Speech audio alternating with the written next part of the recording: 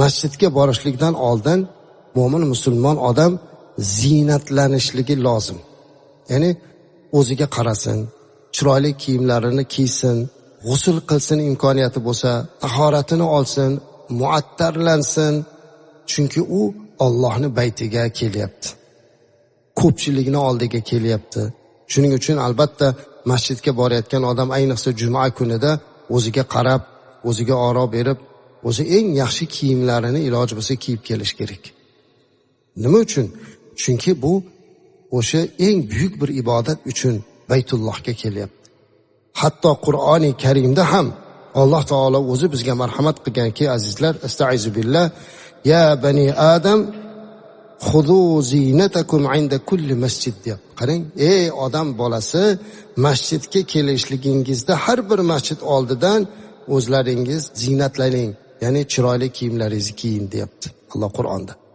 Shuning uchun masjidga kelishlikda chiroyli kiyimlarni kiyib, xushbo'yliklarni sepib, oyoqlaridagi kiygan paypoqlari bormi, hammasiga qarash kerak azizlar. Payg'ambarimiz alayhissalom aytganlar, kim piyoz yesa, sarimsoq yesa yoki ko'k piyoz kabi o'simliklardan, hidlanadigan o'simliklardan iste'mol qilgan bo'lsa, masjidimizga yaqinlashmasin dedilar. Ya'ni masjidga kelmay tursin o'sha hid yo'qolgunga qadar. Chunki farishtalar odam bolasi ozorlanadigan narsadan ular ham ozorlanadi deyaptilar.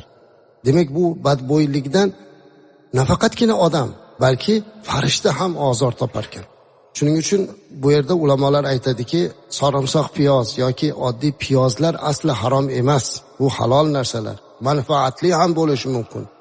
Lekin shuni yeganda agar hidlansalar, masjidga kelmay turishlari kerak, o'sha ozorlik ketguncha yoki uni ketkizish choralarini ko'rish kerak.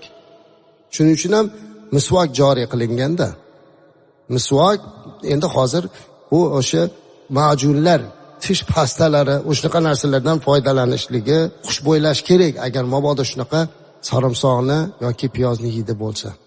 Bu narsadan farishtalar ozor topar ekan.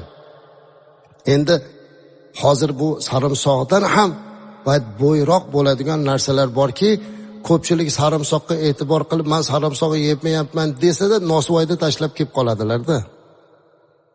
Yoki popirish chekib keladi.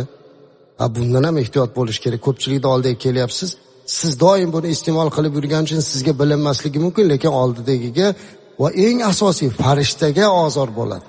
Shuning uchun masjidga kelayotganda bunaqa odatlarni tark qilib, muattar bo'lib, yaxshi hidlanib, go'zal kiyimlarni kiyib kelsa, oyatga muvofiq bo'ladi. Boshqalar ham bundan rohatlanadi.